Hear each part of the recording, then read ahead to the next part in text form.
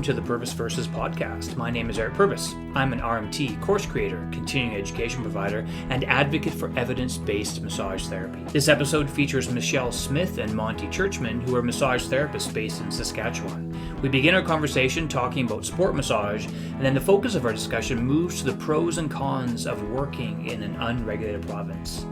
Thank you for being here, and enjoy this episode. Well, hello, everybody, and thanks for listening to another episode of Purvis Versus. Today, we've got two wonderful guests from Saskatchewan. We've got Michelle Smith, who's back for her second episode, and we welcome Monty Churchman. So thanks for you guys for being here today. Just before we get started into our conversation today, which is going to hopefully focus on massage therapy regulation, and what it's going to be like for you. We're going to hear your perspective on what it's like working in an unregulated province like Saskatchewan. I want you guys just to introduce yourself. So go ahead, Michelle. Thanks, Eric. My name is Michelle Smith, as Eric has mentioned, and I'm a registered massage therapist here in Saskatchewan, working out of Saskatoon. I've been practicing since 2014, also a kinesiologist and exercise physiologist by profession originally, and then I switched into the career of massage therapy after about 15 years doing my kinesiology profession. Wonderful. And Monty, do you want to tell us a little bit about you? All right, Monty Churchman. I'm from Saskatoon, Saskatchewan.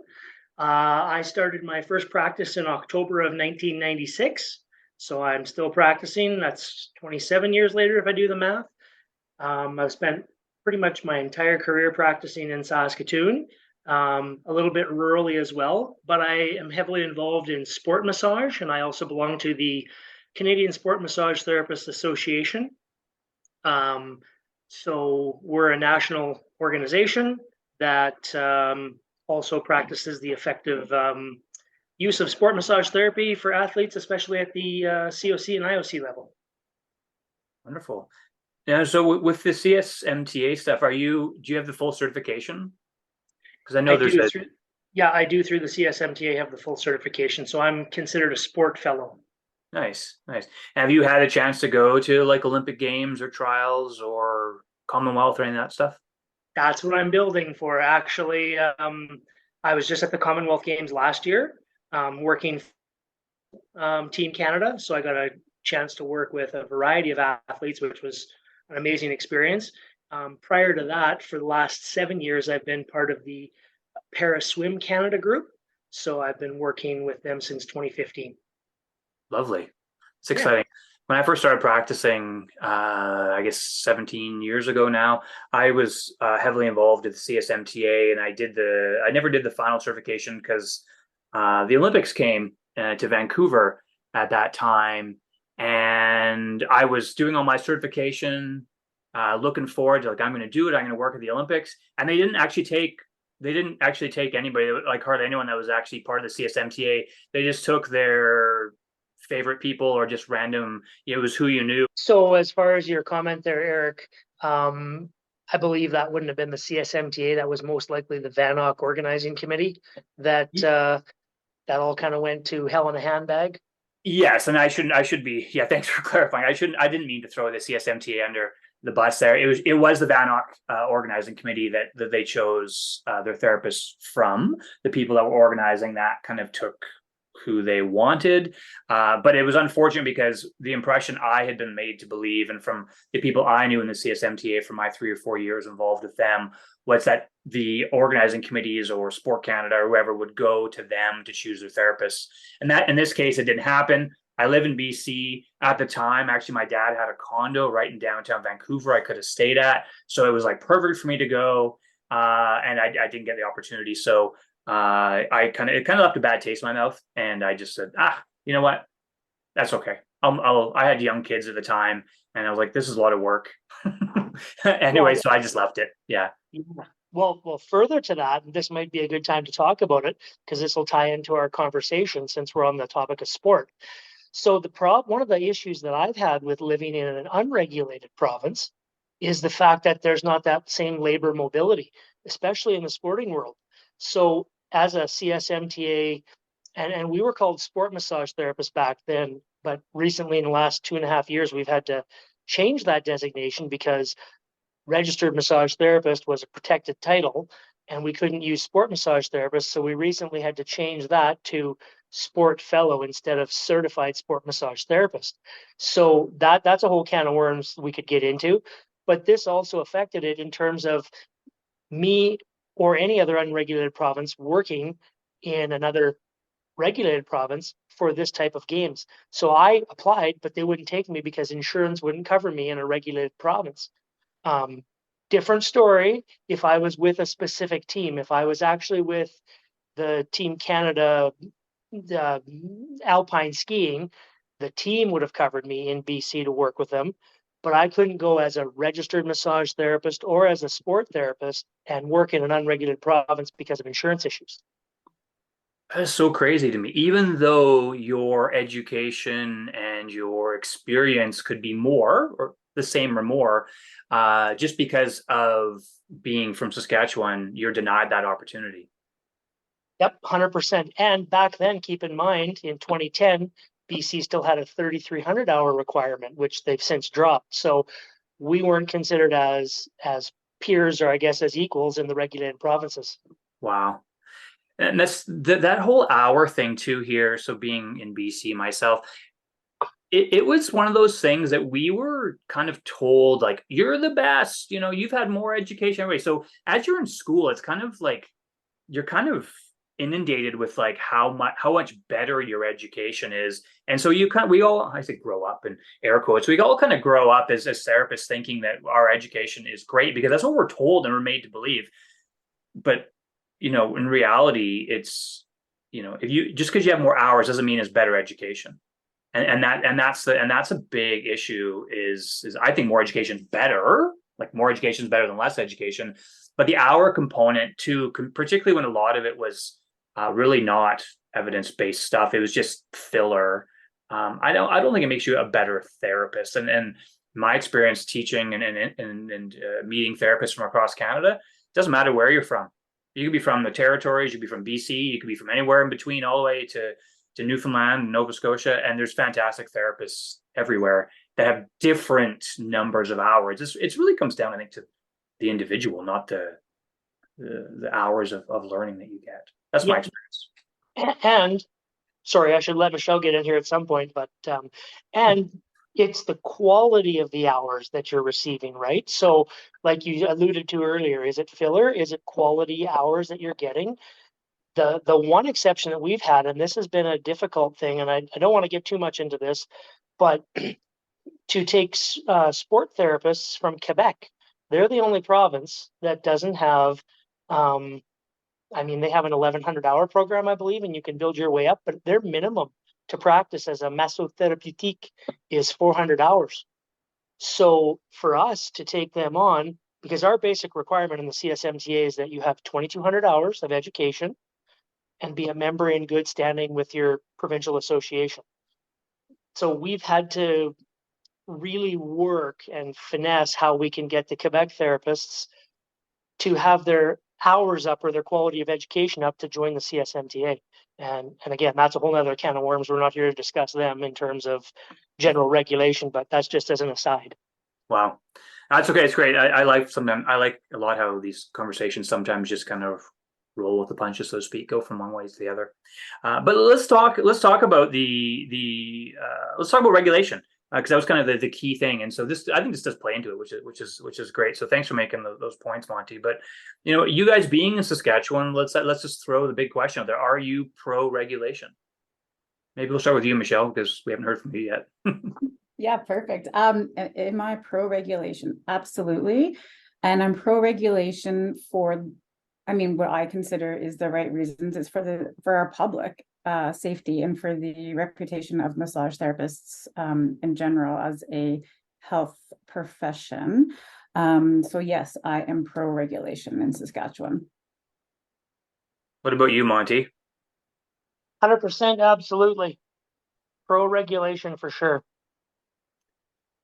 As an easy, simple answer. What do you guys think the barrier is to regulation? Like, why is Saskatchewan not regulated? Well, we are legislated now. We are legislated, but the transition committee between the three associations have to work to set up the college properly before we can actually get the proclamation day for, yes, we're regulated. So we're half to 3/4 of the way there, I guess, if you will. And do you guys have like is there a date or a timeline where they expect you guys will have that to go through? I mean, initially, the timeline was going to take 5 years from when the three organizations came together. However, COVID came and went and kind of prolonged that. And I know just from my short-term experience being part of that committee, that was sort of the goal. But then government process takes long, period, no matter what you're doing, and other priorities will come across the desk. So I think we can probably, I'd be happy if we see that within the 5 years, but I'm realistic in saying maybe 7. Monty, what do you think? Well, I'm ever the optimist. I don't know if this is the time or place to give my history, but I have literally been waiting for 27 years since I was told we were going to be regulated. And I've been fighting along with not fighting, but working towards regulation ever since 1996. So to see it actually get to this stage, it's like, okay, well, don't get the hopes up too much, but I would like to think we would have it done in the next 3 years to finally get our stuff together and have all three associations and the transition committee agree on a proper entrance exam, if you will, or a proper board exam, if you will. So I'm hopeful that they can work together and get that done in the next 3 years. I have something I'd like you guys to clarify too, just because I would imagine most people don't really know much about it. You have 3 different associations. So there's MTAS, there's NHPC, and what's the third? Samoda. Samoda. CMOTTA, yeah. Yeah, okay. Yep.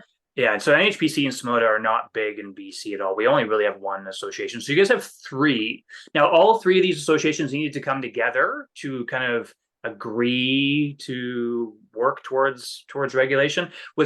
How has that process been? Because if I remember correctly from talking with you guys off air, you guys are you, Michelle, and Monty are in different associations. Is that correct? Yeah, yeah, that's correct. All right. So Michelle, why don't you go first, and then Monty. What association are you part of? So I'm part of NHPC, and Monty and I had a really great conversation off air to prepare for this. And I learned a huge volume of information about the path to regulation prior to 2015 that Monty shared with me. And it's only been since about 2015 that NHPC has been, quote unquote, at the table. And that was based on the ministry saying, okay, we need to have all of these associations come together, agree on the process in order to go forward again, because there's more backstanding history that I was not aware about. So yeah, I mean, it's been 8 years now for NHPC working collaboratively with the other 2 associations to get things to the point where they are today. And I imagine that's probably each association has their own agenda of how they want things to look. Is that correct? Yeah, that's correct. And I think one of the significant challenges is that the 2 of the 3 associations do not have what they call a board exam to join their association. Their requirements to be part of the association is being, a graduate of a 2,200-hour massage therapy program, and then your English language competency as well. And then your first aid CPR and criminal background record check. So those are the only requirements needed for 2 of the 3 associations. And then Monty can speak to this, but the 3rd association, MPAS, actually has what they call their board exam. In order to be a member, they have to pass the board exam. And so from my experience, the biggest hurdle has been agreeing upon whether or not current massage therapists can be grandfathered into the college. That was a point of contention. And I know 2 of the 3 associations agreed that yes, the current massage therapists should be grandfathered in without having to challenge a board exam. That's been rectified and settled, and everything is going forward now. And then the other contention was, okay, any new graduates, once the college is struck, any new graduates entering into the college must write an exam, but what does that exam look like, and what are we basing it off? So those have been the primary sticking points. But then also what a lot of therapists don't know is, like, financially, to start an actual physical college takes a lot of money, and nobody knows yet where this magic money is going to come from to create an actual college. So who's giving what to have, you need your college registrar, you need college, other employees to start the process. And you can't just you can't just weigh your hat on the massage therapist paying their college dues or college fees to fund this college. So I think that's also a big question mark that's up in the air right now, is where's the money coming from to actually then see this go forward once the ministry says, yay, okay, we've passed this, but then we still need X amount of millions of dollars, right? So yeah. It's not a cheap process for sure. Mm-hmm. Sure. Nope. And maybe we can talk a bit more about that in a minute. I just want, so Monty, you're at MTAS, right? So is MTAS the largest association in Saskatchewan? Well, now, are you talking in terms of members or in terms of being known, I suppose? Let's go members. How many members does MTAS have compared to the other ones? Oh boy, that's a great question. I should have had those facts before. I believe we're around 850 members, somewhere in that neighborhood. But talking with Michelle, she had mentioned to me that they have more than that within HPC for massage therapists, which I was kind of unaware of. I still thought we were the largest association in Saskatchewan. So the numbers are fairly comparable, fairly even, I suppose. So going back into my history of MTAS, when I joined, there was no MTAS. So I'll give you the recollection as far back as I can go. So I started my schooling in January of 1995. And there was a class just before me 6 months prior. And so that would have been in June of 94. And that was the year that it became mandatory to take a 2-year, 2,200-hour program in Saskatchewan. Prior to that, it was 1,100 hours. So we were one of the group ahead of me and myself were the first ones to take the 2,200-hour program. Now that's Saskatoon. There's a couple of other schools in Regina, so I can't speak to them. I believe they probably would have followed suit as well. So back then there were 3 associations: the SMTA, the Saskatchewan Massage Therapists Association, the LCSP Phys, which is out of England, and the AMTWP. Sorry, hang on. What did I say? Now I'm getting confused. Oh, sorry, the PSRMT, the Provincial Society of Remedial Massage Therapists. So this is the one that I joined because legally you could still work after 1 year. So the requirement is that you could join an association and work after year 1, but you had to be enrolled in year 2 to take that 2,200 hours. So that's what I did. That's why people say, well, how did you start practicing in October of 96 if you weren't done school? That is how I came to start practicing earlier. So back then there was no board exam except for with the SMTA, you had to write a board exam. So interestingly enough, I stepped up to be on the PSRMT's executive committee because I could be. And a lot of people were going, well, how can you be on the executive if you've only got 1 year in? You're going back to school. And I said, hey, far be it from me to want to step on toes, but I have the same education as you do right now, 1,100 hours. I don't see anybody else stepping up to want to be a part of your executive committee. If you would like to, please go for it, because I've got a 2nd year of school to go. And like they usually do, nobody stepped up. So, oh, you're fine. You go ahead, keep doing it.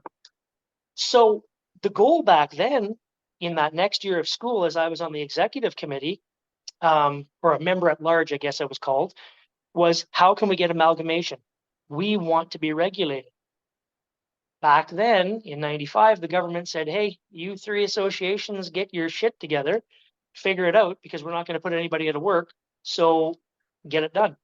So all three associations worked that year quite a bit to amalgamate.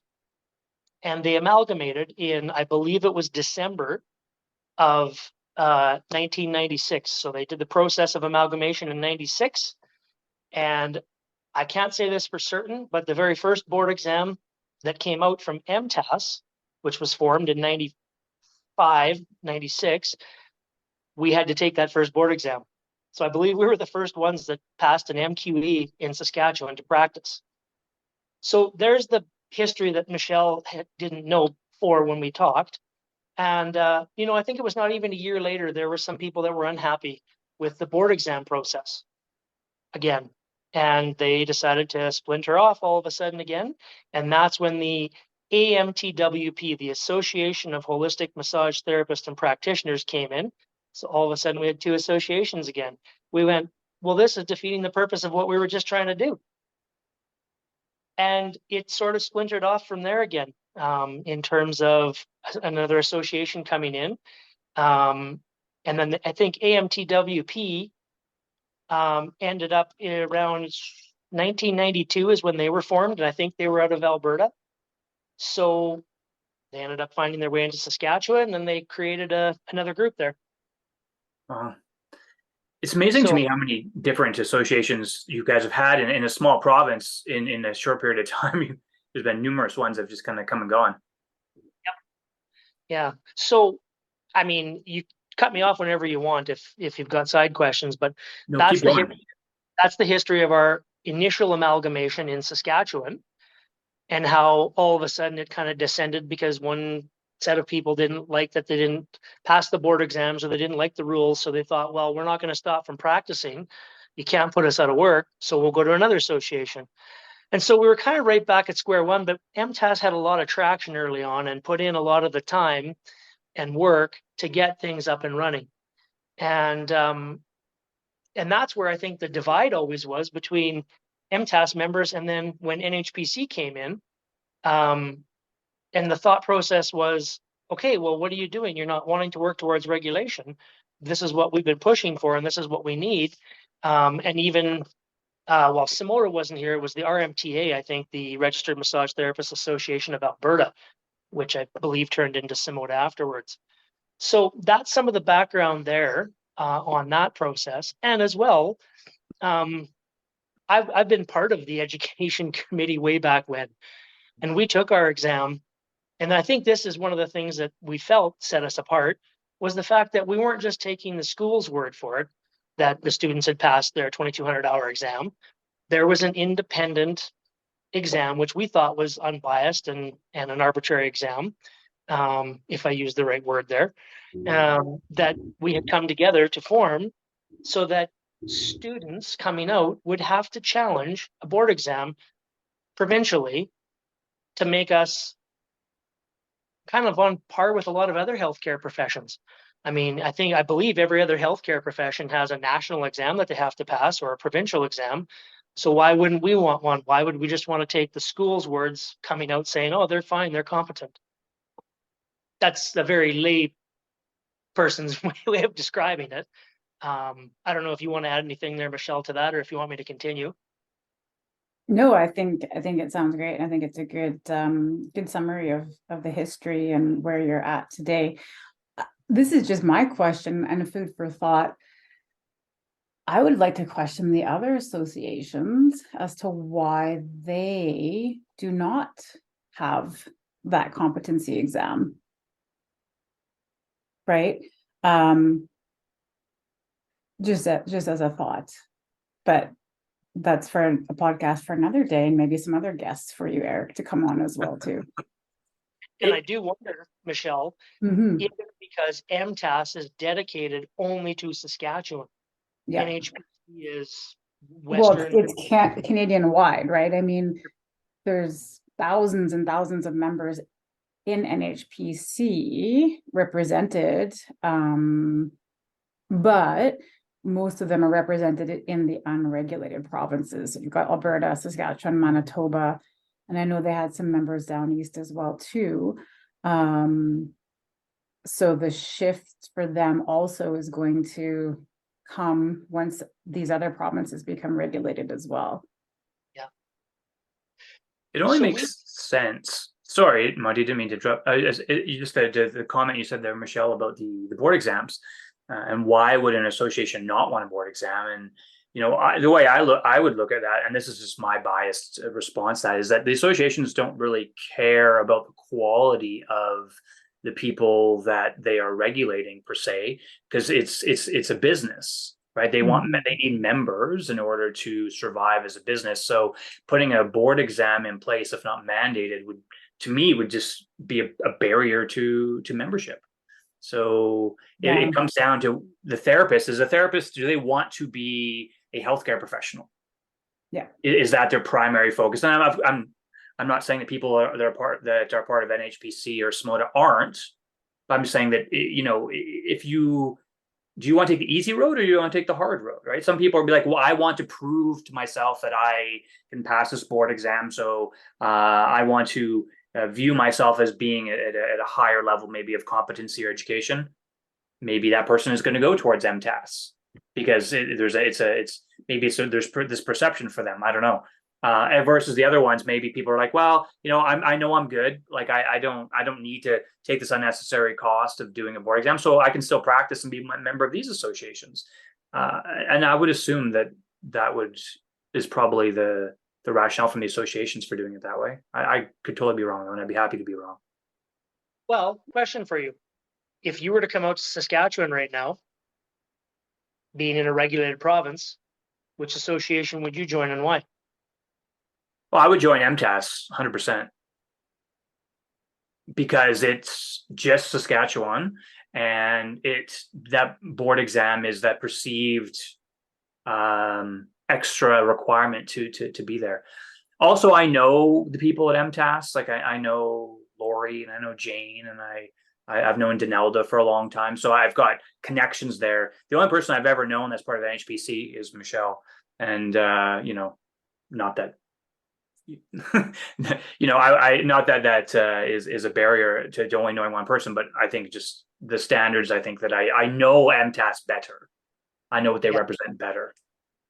Yeah, but I think so. If we talk about standards, though, like, okay, here's my example, because when I was talking to Monty about why I chose NHPC as my association, I took my schooling in Alberta. I traveled out because, and again, this is my bias, when I reviewed the curriculum of the Saskatchewan schools in 2013, 2014, and saw that all the schools were still teaching hydrotherapy, spa type, and again, no disregard to spa services, but their curriculum had non-evidence-based material. I was like, and again, I'm a different cat because of my prior university background, but I was like, I'm not wasting my time on that. I want to get to the meat and potatoes of massage, anatomy, physiology, all that wonderful stuff, because I know what kind of practitioner I want to be, and I want to be the practitioner considered to be a healthcare provider. So when I was going to school in Alberta, we actually weren't even educated on MTAS as an association, whereas Saskatchewan schools, MTAS always goes in and talks to their students about like them as an association and things like that. So it wasn't even a question for me. It was like, oh, do I go with SMOTA or NHPC? And at that time, SMOTA was just newly reformed. And then it was like, well, I knew of MTAS and I knew they had a board exam, but in my mind, it was my second career choice down the road. And I'm like, I've already finished a degree. I've already written a national competency exam for my exercise physiology credentialing. to hell if I'm going to write another board exam just to say I know what I'm doing, because I have experience and double the education. And so my choice when going with NHPC was because it was just easy. And I didn't feel like people are going to look at me and say, oh, well, you're not MTAS, so you're not at that level or standard of practitioner because you didn't quote unquote write a board exam. Because at the end of the day, the public doesn't know the difference. I've had treatments from all different kinds of therapists who've been in NHPC or been in MTAS, and just because someone writes the board exam doesn't make them a better practitioner. And so I think it's quality assurance is what it is. And having said that, Michelle, I've seen you've treated me. You're excellent. I trust you 100% with my care. And I'm not concerned that you're not part of MTAS whatsoever. But I think you're a bit of an exception though as well, because you have your background in kin. A lot of people coming in don't have the previous background that you have. So I think this ties in with the educational standard. We can touch on this briefly and maybe come back to it later because I got too many hamsters running in the head right now. But the issue I don't think is the schools. Like I don't think NHPC or Samota go into the schools and do any talks in Saskatchewan like MTAS. They do now. Oh yeah, they do. Yeah. When I was involved with a school here in Saskatoon, they definitely they did come in. Yeah. But so speaking to that, MTAS has always gone in, and to Eric's earlier comment, I think probably the biggest thing that I have been the most firm on is that we have been, MTAS, in my opinion, has been the leader in trying to get regulation since the get-go. And we talked about this too. There's NDAs with the association, so they won't talk about financials or any of the other details. And this could have been one of the barriers. Unless Michelle and I had talked, I wouldn't have known that NHPC had come to the table in 2015. She wouldn't have known that MTAS was doing the bulk of the work from 95 to 2015. And that contributing heavily financially towards lobbying the government. And so now it's been 8 years that NHPC has been helping. So a lot of people have to, I think, swallow their pride and all this other stuff and go, okay, we're all working together now. Even though I used the analogy with Michelle when we were talking, Eric, that I felt like the little red hen. I felt like MTAS members and us were doing, so to speak, all the work and everything, and everybody didn't want to do the work. They just wanted to eat the bread and jump on and share share in the fruits or the spoils of the labor. And that seemed to be more evident because we were so close to regulation in 2015, to the best of my knowledge. And I believe that is when NHPC said, oh, no, we need to actually lobby the government. And they went to the government and said, no. You can't just make MTAS therapists only. You have to make it fair to everybody. And that, I believe, is the timeline of when they came to the table. And so a lot of us were like, okay, another setback in regulation. Why is NHPC doing this? Now, 8 years later, it makes sense because you don't want to put anybody who's got 2,200 hours or has got their remedial massage therapy certificate out of business. And so I think that older generation, myself included, have had to come to terms and go, because I was asked in a survey, and I said, I want to do what's good for the profession of massage therapy. I don't want to do necessarily what's best for an association, because once the college gets set up, Eric, you're right, 100%. The associations will be only there for membership and money and doing what they need to retain members. It's going to be the college that benefits the most, right? For sure, and that's such a great point. Is that the associations are there for they're there to support the members. So if you have 3 associations, really they're going to be there to whether it's provide courses or advocacy to the public or whatever to basically promote their membership. And they're a business. They need to attract new members. Whereas the college doesn't care about that because everyone's going to have to be a member of the college. Yeah. And the college is, I'm not sure what the dues are going to be. And here in BC, they're like $600 a year for your college. And then your association dues are optional. But those can be another $600 to $700 as well. If you want to be part of that, even if you want to just get insurance, it's still another couple $100 a month. or sorry, not a month, a year, just for like liability and malpractice. So I don't know what's the cost now to be a member of your guys' association? Because it's going to cost people more, I imagine. Yeah, I think we're 425 GST included. Yeah. Yeah, we're about there as well too, in that neck of the woods. Right. So Yeah. now you're gonna have to add probably another $500 or $600 on top of that to a college due. And that's a barrier to practicing as well, because that's more money out of your pocket.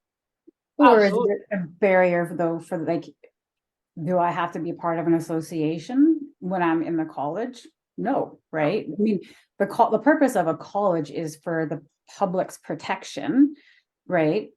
The associations advocate for the massage therapists. Yeah. And right now, these associations are trying to do both. How can you advocate for massage therapists and how can you protect the public? Right. So once the college comes, as long as you're a member of the college in good standing, is there going to be a rule that says you have to also belong to your provincial or any massage association? No, but I believe, correct me if I'm wrong, but if you're part of an association, we would get a lot of advertisements about Eric's courses or other instructors' courses that are coming up. You get a better insurance rate because you get group insurance rate, you get different True. group benefits. So there are some pros to still being a part of an association. Those are only three I can think off the top of my head. Yeah, and it really depends on the numbers in your association too, and what the board of directors and the executive director, and what do the members want. And BCR association was we got over 3,500 members in our association, and it's about 50% of, because there's about 7,000 RMTs in BC, but half of them are in the association, and they do a conference every year, and they do advertising for courses. They've got like a newsletter that goes out. They lobby insurance companies. They work with ICBC, so our provincial auto insurer, WorkSafe BC, so for workplace, like they do that kind of stuff, which is great if you benefit from it. The problem is though, and this is what you see in BC here, and I'm sure it's in other regulated provinces too, is that because the association is the one working for the profession and it's a voluntary membership, all people that are not paying into it still get all the benefits of the work the association does. And that creates a lot of frustration from my observation and conversations I've had with people. I'm like, do you realize that you just getting all these benefits because of the money that your colleagues are putting into it? Yeah. And so that's something that may come up in Saskatchewan once you guys get that, is the people deciding on which association to go to, or just pulling out altogether and just being like, I'm just going to be a part of the college, and because I have to practice, I don't care about the advertising and stuff. Yeah. Well, and another thing with that is, so in the last 2 years, MTAS has now waived the examination fee that we used to charge, because we know, so it was always a break-even exam, because I've been one of the provincial board examiners off and on for 20 some years, probably, I guess. And we just had a set of board exams here a couple weeks ago, and they're well attended. And so just to go back to that, and I think this will tie in nicely with, are the schools doing what they're supposed to do, and is the government doing with what they're supposed to do with the curriculum and the way it's supposed to be? So we had always been told that our exam was biased. It was one way. And so we worked with the schools. We went into the schools and said, hey, here's your curriculum. This is government mandated curriculum that you're teaching, but are you teaching what we're going to be testing on? Well, what do you think is important? So we talked to all the schools. We had roundtables back when I was more a part of the board back then. We'd have roundtables every year. What's updated? What's different? We're not going to basically give you our exam, but we're going to tell you what is important, that we feel is important to know. And so after many years of having that same exam and too much pushback, we decided, okay, we need to go to a general competency exam. So Lori and some of us exec, and the other exec more so than me, because I wasn't on the exec, I was just a member at large, worked heavily with CMTBC to not replicate, but to do a mock British Columbia exam. How can we best formulate this? And we went through a ton of different things to reformat that exam to make it a general competency exam. And I remember we were part of a pilot project. It was Don Wickstrom back then that was heading it up. And I think Cassandra Exner-Williams was our chief examiner. But we revamped the whole MTAS exam to kind of go with what a regulated provinces exam would look like. I believe that was 2015, I think. 2016 is when we did the revamp. And we met out in Churc, and we had all the Saskatchewan schools come in, and we said, okay, here's what we're thinking, how an actual exam would go, a mock competency exam. And we asked for their feedback, and we got their feedback, and we put that into the exam. And so that's what we currently have as our board exam for the last 8 years. We still get lots of, well, we didn't know you were teaching that. Well, we didn't know we were doing that. And it's like, we've gotten your feedback from the schools over the years.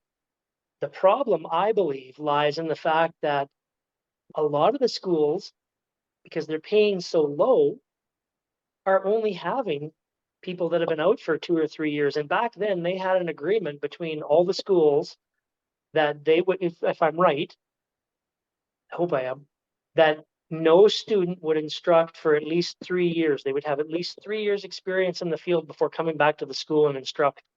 And now some of the schools are coming back after a year, or they've just graduated and they have them teaching. Yeah. So that should be a big part on the college, but on the government to go in and evaluate the curriculum that they're actually teaching. Actually, so I'm going to interject, Monty, because earlier you had said when you brought the schools together to review the government mandated curriculum, here's a little correction there for you. The government only approves the curriculum. So when I had my experience working at the school that I was working at here, in order to be approved by the Ministry of Post-Secondary Education, private vocational schools here in Saskatchewan, the school as a business, just like your business, submits a proposal for their program, and the school submits the curriculum that the school wants to teach, and then the government reviews everything and makes sure it checks off everything on the assessment list from the ministry, and then the ministry says, okay, your business plan or your school curriculum looks great. But the government doesn't compare it or doesn't look at what are the national standards for massage therapists. The government is looking at it from does it meet the number of hours that the school is advertising it meets? Does it meet the educational criteria that could make it eligible for student loans? So there's nobody at the government saying, oh yes, this curriculum checks all the boxes for massage therapy school. No, this curriculum checks all the boxes for a program, which happens to be massage therapy. And so the government approves the school's curriculum that the school presents to the government. So it's the schools, as a private business, have full reign to develop whatever curriculum they want for their massage therapy program. And as long as they're following the same curriculum that was submitted to the ministry for approval, then they're okay.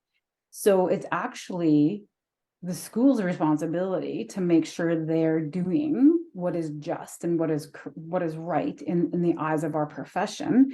Currently right now, because there's nobody monitoring the schools coming in and saying, hey, wait, why are you guys teaching how to do a mud wrap in a massage therapy program?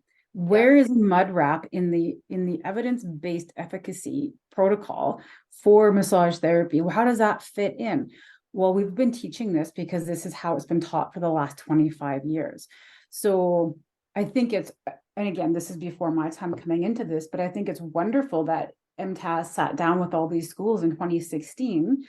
However, of that meeting in 2016, how many of those school directors or head instructors are even still teaching, number one? And number two, none of those schools want to share their curriculum. It's very hush-hush, right? And so I can guarantee now, I know of one school in the city who's still teaching very old, outdated information to their students, and no one's policing that, for lack of a better word. So yes, the ministry approves the curriculum because it says that this school can get funding as a private vocational school, and we can give the student loans. It checks those boxes.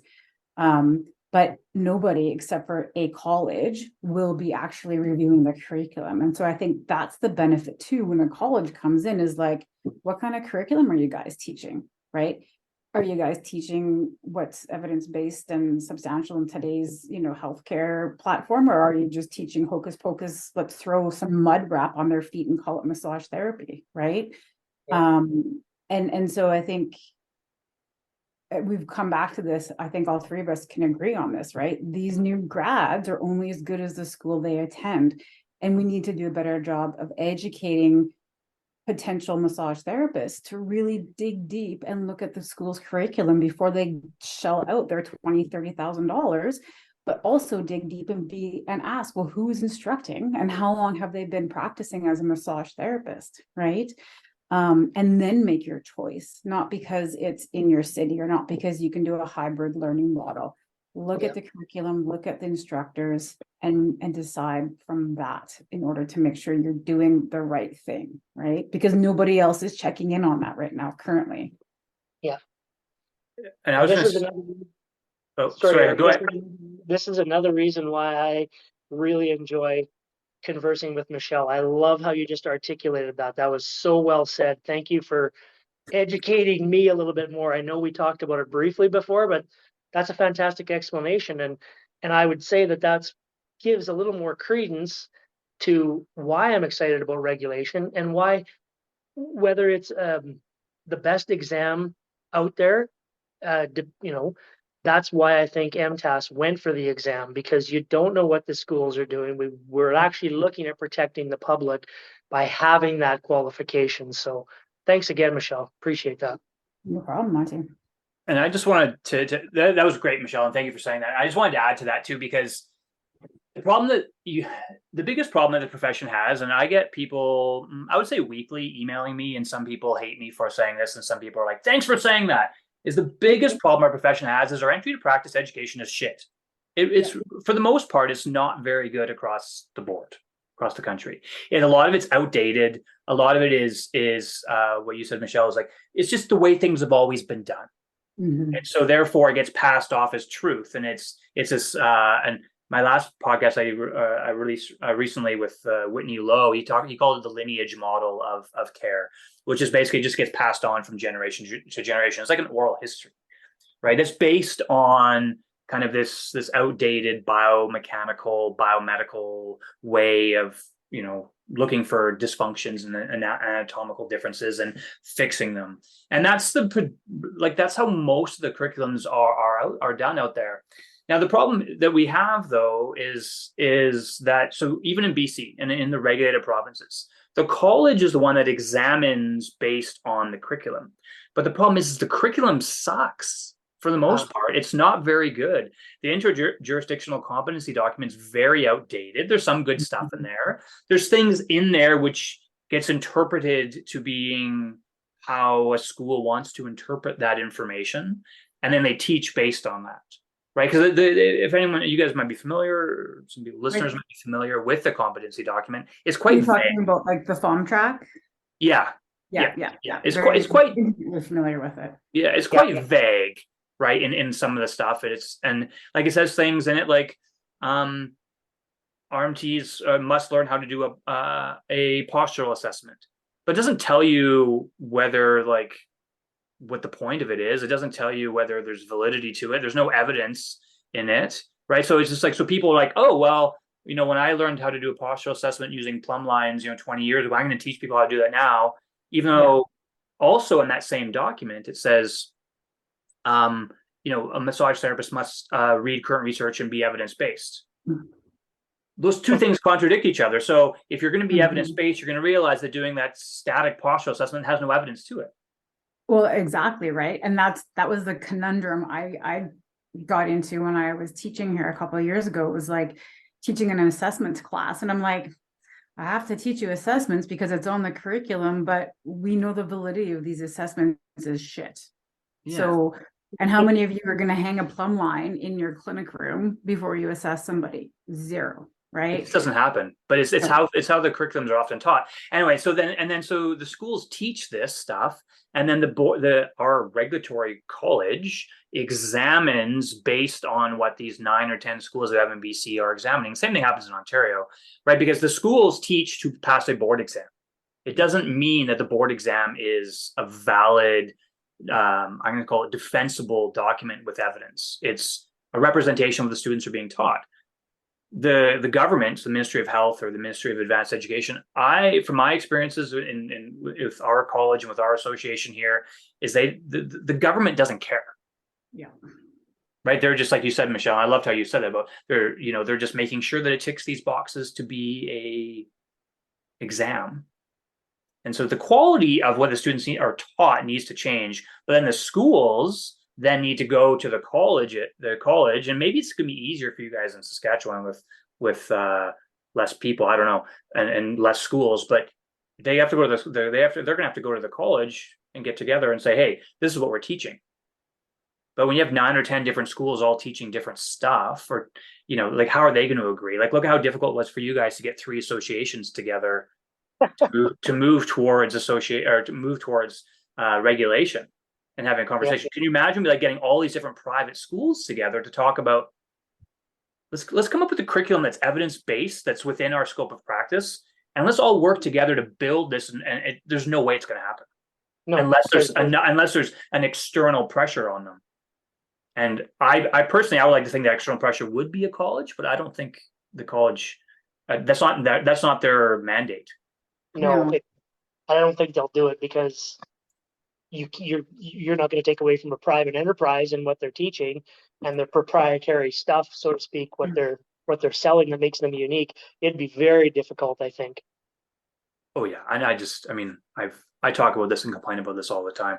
Maybe somebody will listen and take charge of doing this, but you guys, have expressed great points from your perspective too about the board exam and the licensing, and the one question that you had submitted to me before, Michelle, to talk about was like, why have a board exam and how do we ensure it's actually relevant? Yeah. Monty, you have experience with this, because... Like, you mean currently with MTAS or with a college? Well, my answer to all this is like, the 3 of us just need to create one master school that everyone across Canada attends, and then we know it's relevant and up to date and people are doing the right thing. So we don't need to have this board exam. But let's face it, we're too busy playing soccer and drinking Starbucks and enjoying our own lives to do that. So at the end of the day, right, why have a board exam, and is it relevant if we don't have the quality of education being presented as it relates to that intra-jurisdictional practice document that says, we need to be doing evidence-based massage therapy? That's a great question. I guess I still look at it as, on one hand, you're 100% right about, okay, what are the schools teaching? Can we control that right now? No. Is it evidence-based or evidence-informed, at least? Okay, is it relevant?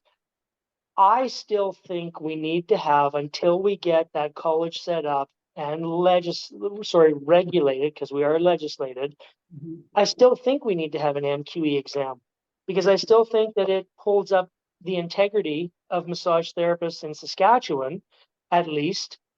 I look at every other healthcare professional in terms of physios or chiros.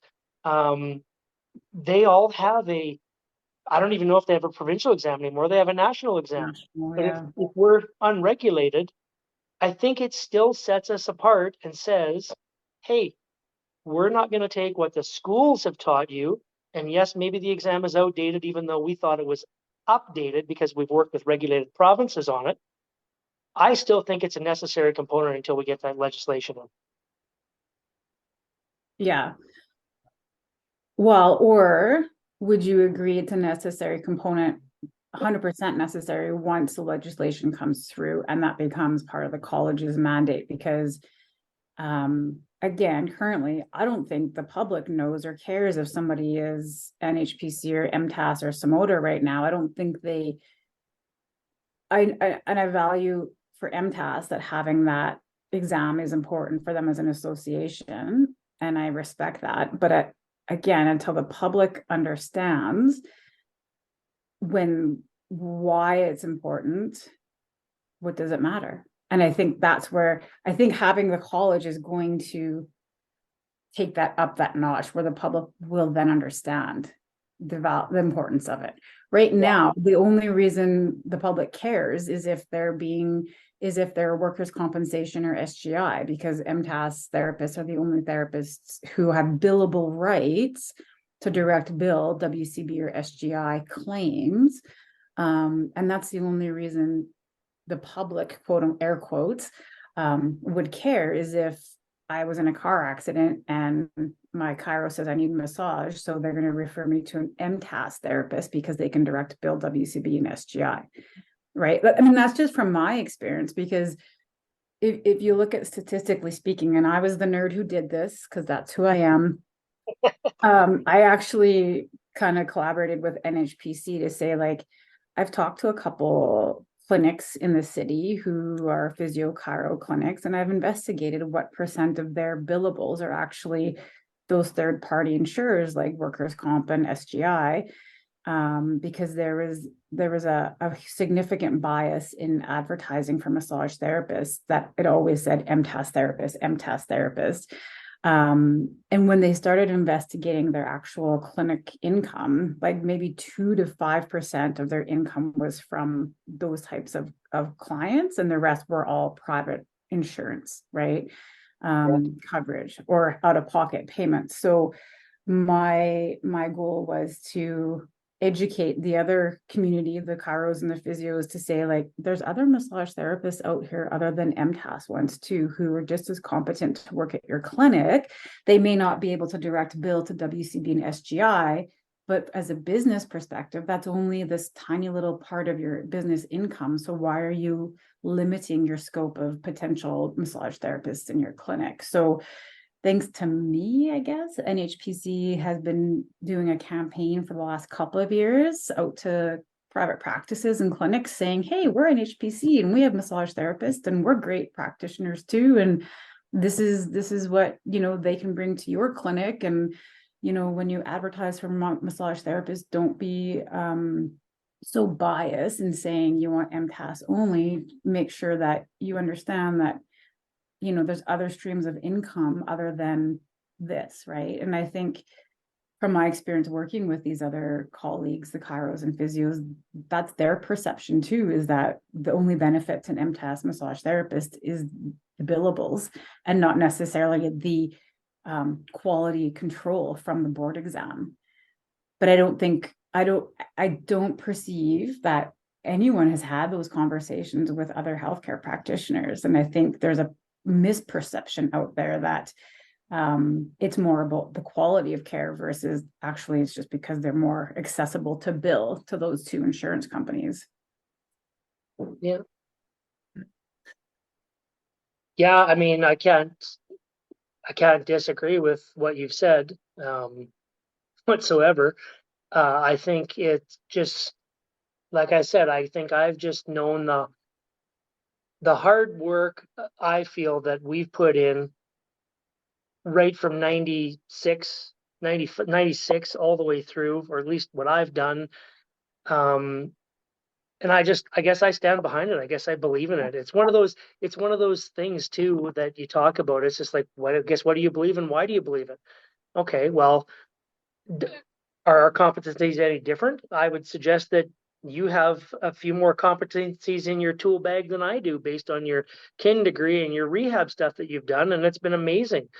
I mean, something you got outside of scope of massage therapy practice, but I guess jumping right now, I'm happy that the NHPC is finally starting to advertise. MTAS has been doing it for years. And I know lots of people are like, I can't believe MTAS is doing that. They're making us sound bad.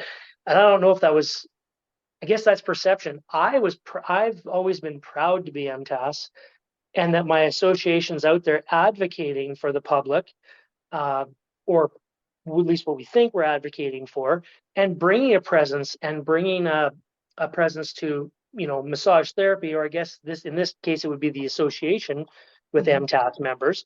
And I haven't really heard any NHPC or SMOTA stuff being out there, but if they're starting to, I think that's absolutely great that your association's starting to publicly advocate more.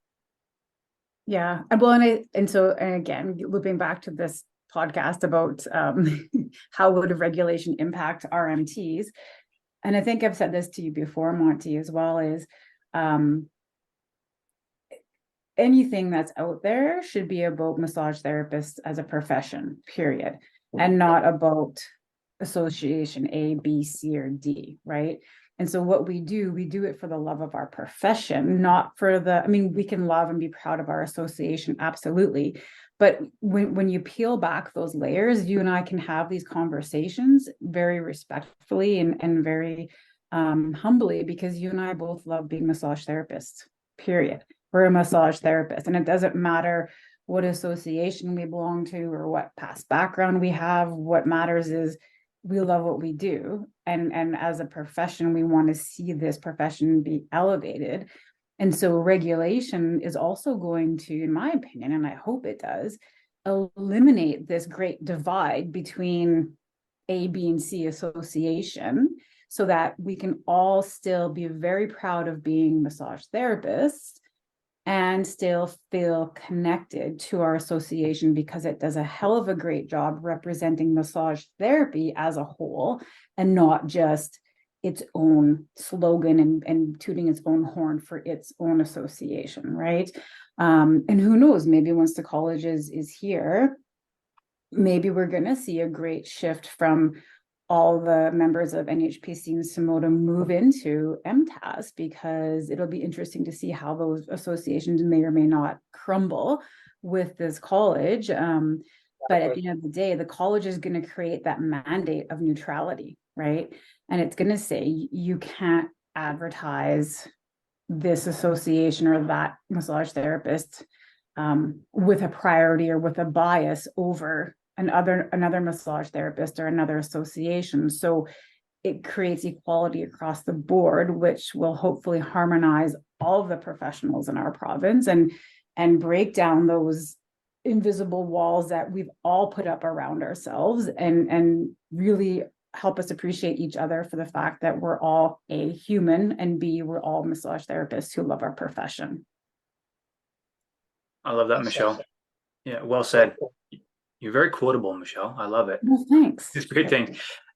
One thing I just wanted to say too, just kind of as we wrap up here a little bit, is that, the way I see it from kind of an outside observer is that all the different associations creates an us versus them. 100%. Yep. 100%.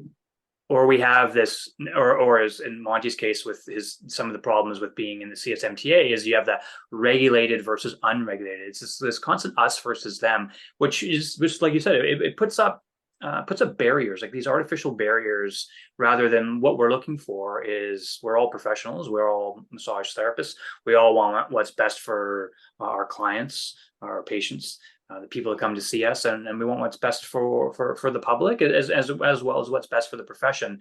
And when you've got these different associations kind of trying to vie for control and power, I think it negatively impacts the profession in ways, in bigger ways than probably people want. A lot of people maybe don't want to admit, but that's what I would see. Because if you're moving towards regulation, and I think the regulation is where we should all be, like the profession should be regulated in every province. We should have a national standard or national exam that is like the same, and there should be a curriculum that is pretty much the same, and so that way, we should have a licensing exam of some kind, and hopefully it's evidence-based, and hopefully it's better than it has been. But we do need that regulatory process, and we need the associations to stop fighting with each other or like trying to vie for power, because that us versus them is not helping. I don't think. Yeah. Nope.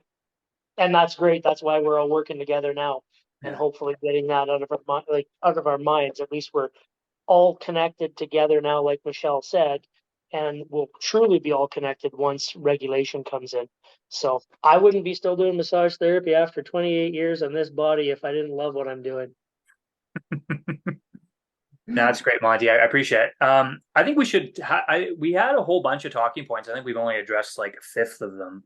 I think we should have you guys back on and do a part two, if you're up for that, and we can kind of expand on this maybe a little bit more or talk about something else.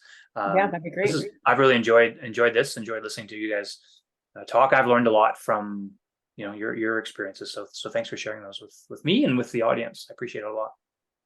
Sounds good to me. You're welcome. Happy for having me on. Yeah. Thanks, Monty. It's good to meet you. And thanks again, Michelle. Always a pleasure. Thanks for having me again. Look forward to part 2 and 3 and 4, probably. Thank you for listening to my podcast. Please subscribe so you can be notified of all future episodes. Purvis Versus is now available to watch on YouTube. So if you enjoyed this episode, please like, subscribe, and share it to your favorite social media platforms. If you'd like to connect with me, I can be reached through my website, ericpurvis.com, or send me a DM through either Facebook or Instagram at ericpurvisrmt.